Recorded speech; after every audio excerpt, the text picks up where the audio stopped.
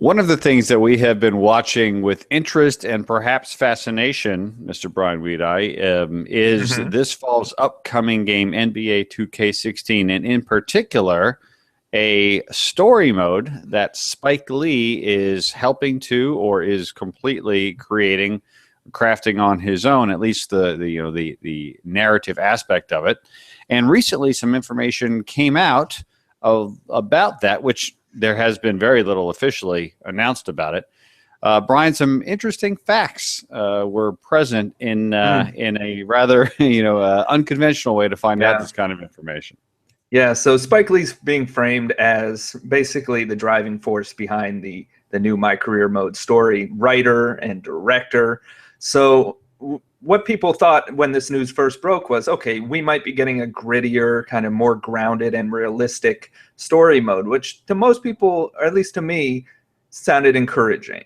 Now, the extent of which that could go is a big question because, for obvious reasons, Entertainment Software Ratings Board, also known as the ESRB, they rate the games and they label them. You see them on every game, whether it's E for everyone or T for teen or M for mature. Or there's a few others, but they basically classify these games, and it can be restrictive in who can then purchase the game or as a guide to parents. So sports games typically are E for Mm-hmm. everyone. Yep. This one, NBA 2K16, the first hint we got that something more was happening with this career mode was that they rated it E10 plus, which means it's supposedly appropriate for anyone over 10. But we didn't really have any details on it. Now we do, because ESRB put out they always have a brief explanation of why a certain game got a certain rating. And for 2Ks, they mention a number of things here, which includes accidental deaths of characters, some suggestive dialogue, and I need to talk about one of these specifically later because I did a little more research on it. And things like jumping in front of a train and some sexual related comments and some alcohol related comments. So we'll get into it more there, but that's basically what we're looking at here is a mode that that will have a story that's not R rated, but it's not going to be G or probably really PG rated either. And it falls into a zone where I'm not sure that's a good thing for anybody, because if it was me and I wanted an R-rated type mode like Fight Night Champion, which was rated M, go all the way, go for it, do it. But if you're going to try to appeal to a wide audience and every demographic with NBA 2K like they are doing, they're kind of eliminating a certain segment of people from being able to enjoy this mode, or even like parents who will be uncomfortable maybe playing the mode in front of their children, not even their children playing it, but it creates those certain conflicts. And Rich, you are a parent. I am not, but you are a parent, and certainly I think these things probably enter your mind. They definitely do. You know, it's very interesting. Obviously, we still don't know any real context of what's happening here. So this is all conjecture. But at the same time, I mean, you know, we've been sort of wondering both, you know, on this show and in other places, sort of how this would come together, right? Like, because there have long been complaints about the, you know, the sanitary nature of sports games these days because of the heavy relationship that these games have with the leagues that produce them, and understandably so. The leagues really want to focus any attention away from things that could be perceived as negative and focus, you know, as much as they can on events on the field. Yet unless you're really, really, really good, it can be difficult to tell a story without introducing elements that may not be appropriate for a mass audience, particularly when you're talking about something like basketball, right? I mean, you know, we all know, you know, the people, you know, who play basketball come from all parts of the world, right? But I mean, they're all adults, you know, there's money, there is fame, There are often, difficult backgrounds that some of these players come from, like those. Sure. So to tell any sort of a story that has a semblance of realism, it's almost impossible not to inject some elements that may be objectionable, right? So I completely get that.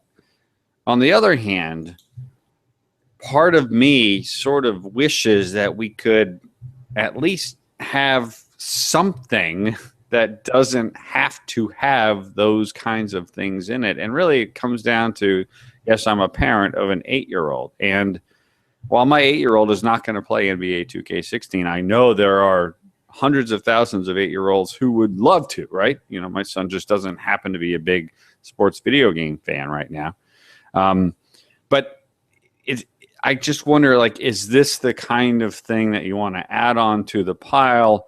Is this the right setting for something like this? I have no issue with it per se. Like, I'm not going to sit here and say, can't do this, it's a bad idea. But it, like you say, it as, if without seeing it, but just thinking of it out loud, I definitely would like, I don't play M-rated games with my kid in the room at all. And while this is an M, E10 plus is a very big difference.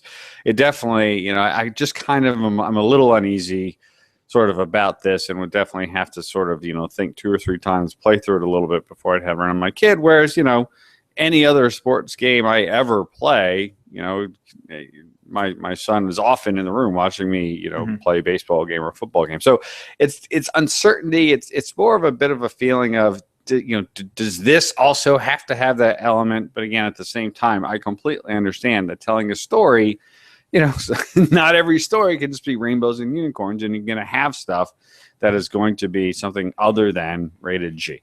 Yeah, and one of the biggest complaints with MyCareer, with the story over the last 2 years, has been that the dialogue is corny and unrealistic. Yep.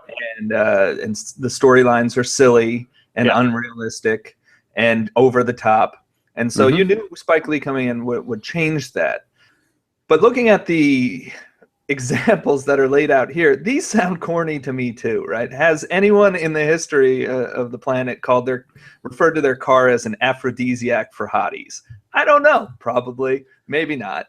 But we're not my car. I'll tell you that. Yeah. But I went just out of curiosity, and I Googled the phrase "thirsty hotties," okay, which is mentioned in here, specifically mentioned thirsty hotties.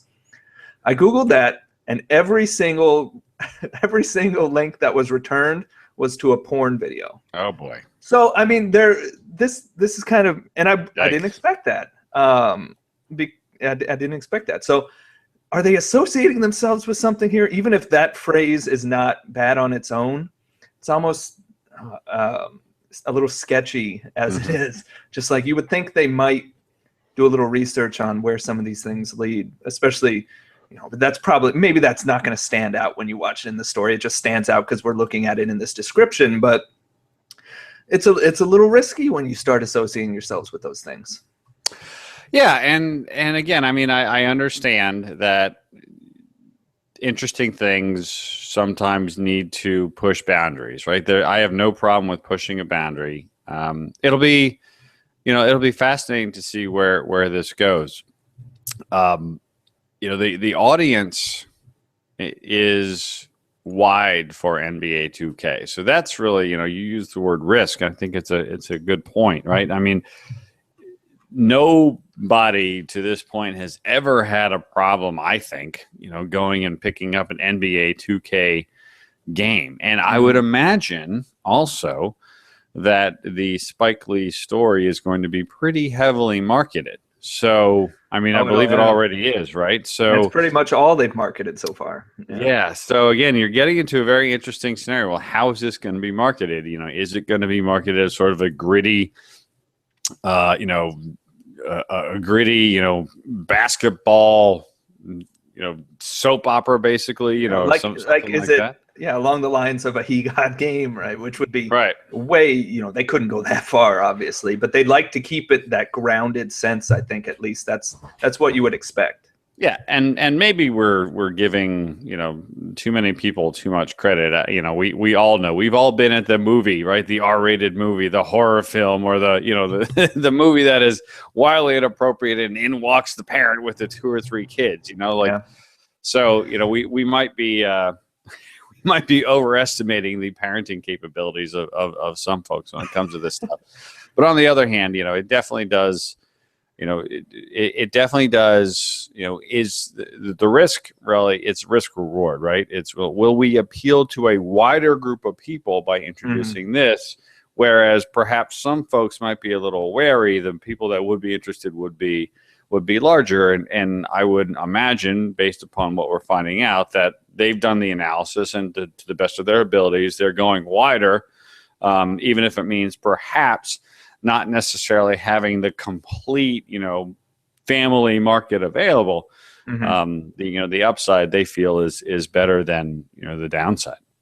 Yeah, and I'm not sure if they would certainly lose any sales right off the bat. The question would be, you know, do parents find this to be objectionable later on when they see their kids playing it or hear about it, and then they say, you know, no, this is inappropriate, and then they just like swear off the series or whatever.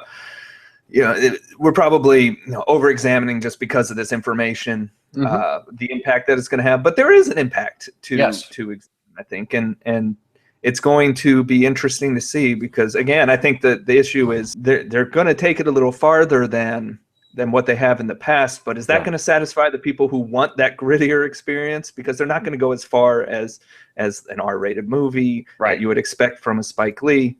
But you just hope that it's a little more, at least for me, a little more realistic in its representations of people and scenarios. And we'll just have to see how that works out.